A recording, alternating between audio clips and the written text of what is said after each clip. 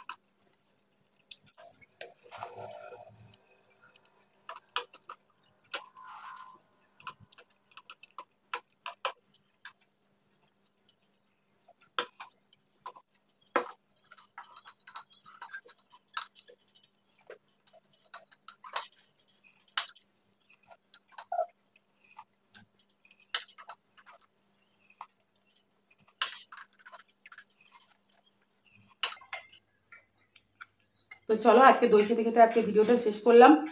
আজকে সব কিছু ভালোভাবে খাওয়া হয়ে গেছে, শুধু চচ্চড়ি অল্প একটু খাইনি, বাকি সব কিছু খুব ভালোভাবে খেয়েছি।